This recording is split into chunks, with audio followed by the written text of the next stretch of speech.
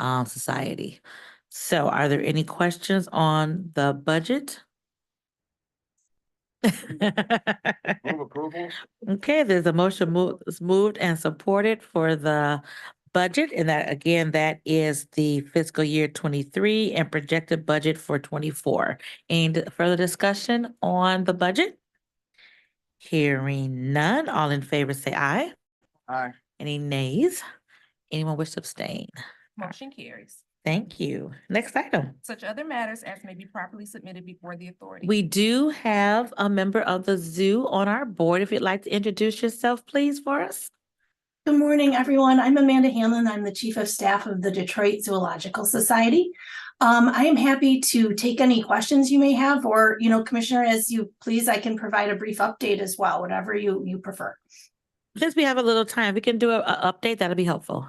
Okay, I'm gonna just see if I have screen share capability here. Are you able to see my screen? Yes. Great.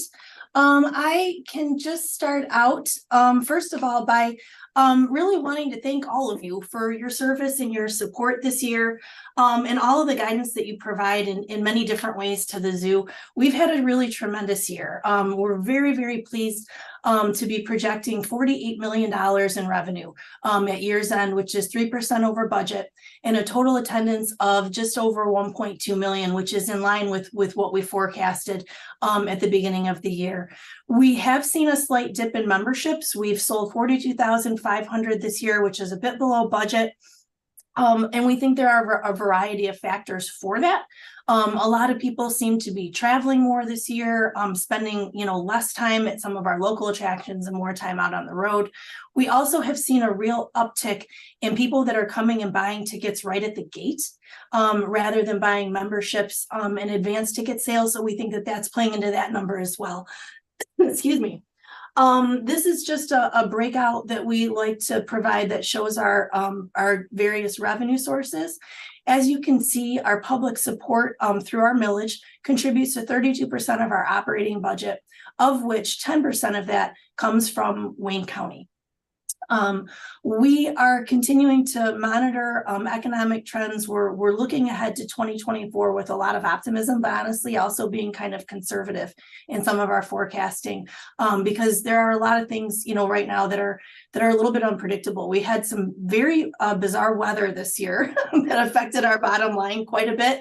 Wildfires that affected air quality actually really impacted a couple of what would have normally been our highest attended weekends of the summer. A lot of rain, a lot of kind of unpredictable conditions that do affect the bottom line from an attendance and revenue standpoint. Some additional membership highlights. Through October, we have 43,430 active membership households, which is very exciting. You can also see the breakout of that. Wayne County comprises between a quarter to a third of that number. Some of our major partnerships that we continue to be very proud of: Boys and Girls Clubs of America, Big Brothers Big Sisters of America, Access. We have a very robust community engagement strategy and approach. We interact with dozens and dozens of nonprofit organizations in the Tri-County area, delivering programming and also really partnering to see if we can fulfill needs that are specific to the populations those organizations are serving.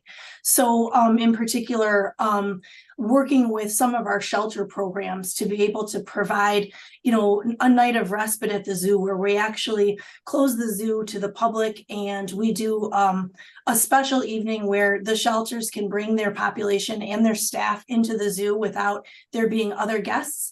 We do some educational programming as a part of that. We usually provide a meal, or some kind of other engagement, but it's really an effort to be able to provide a sense of safety and security while being out and being able to enjoy, an evening that is stress-free. I'll highlight also just some of our other specialized events that we did this year. Dream Night is actually a zoo activity that is taken on by zoos throughout the country, where we provide children and family with chronic illnesses in their families a similar night of respite to what I described for the shelter population. We limit the number of people that are registered so that it's very manageable.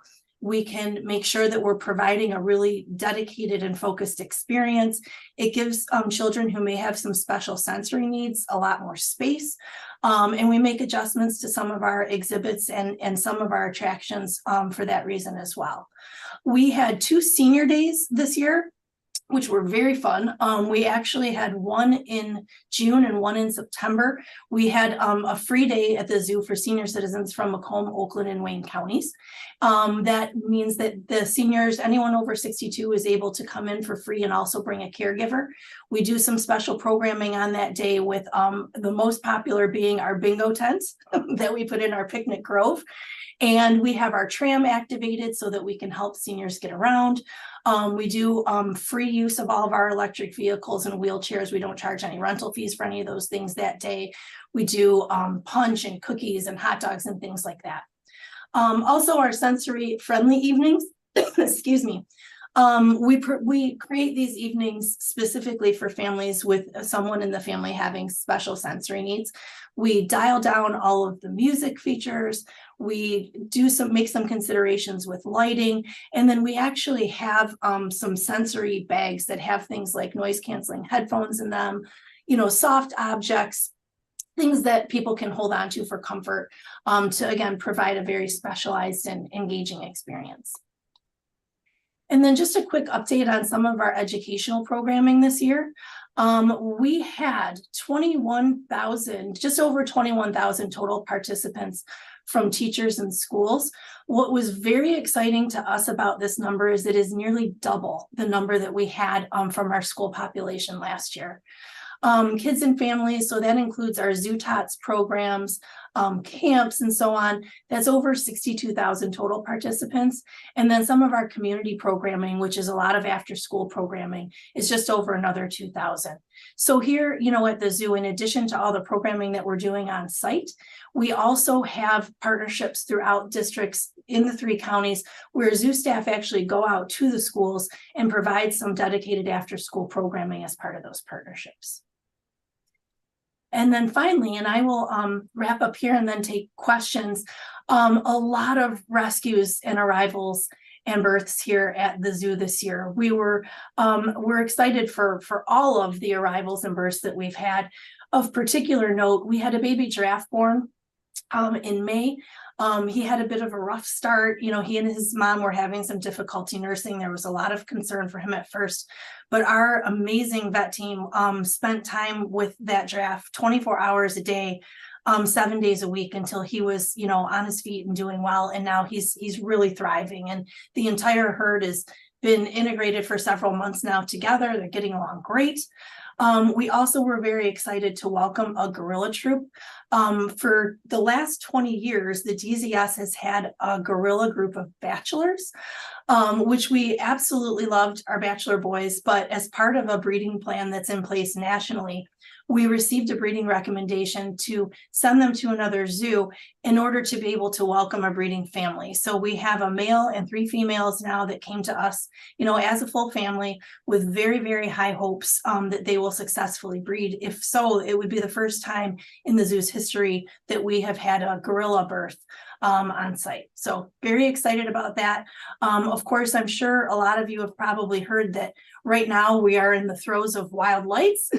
So we've had a lot of activity on campus. There are over 5 million lights in play this year, over 500 individual displays. It's absolutely beautiful. If you haven't had a chance to come out yet, please do.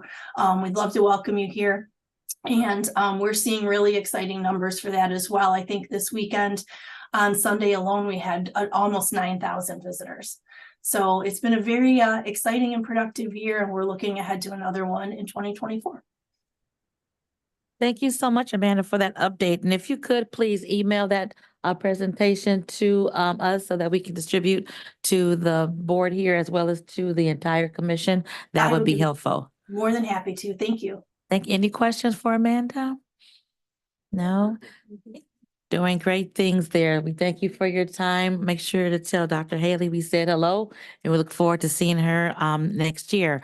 We did have our board retreat for the Zoological Society 2 Saturdays ago, I believe it was. A lot of great information. As she stated, that was just a snippet of some of the great things going on at the zoo. So the zoo was still very viable, still making money, which is good, and serving the community. So we want to just thank them for all the work that they're doing, especially for our community with the children and our seniors. Okay, next item, please. Public comment. Anyone from the public? I know y'all not from the public. Anyone online? Any emails? All right. Next item. Adjournment. A motion adjourned. All right. Thank you all so much. Meeting adjourned. We'll see you next year.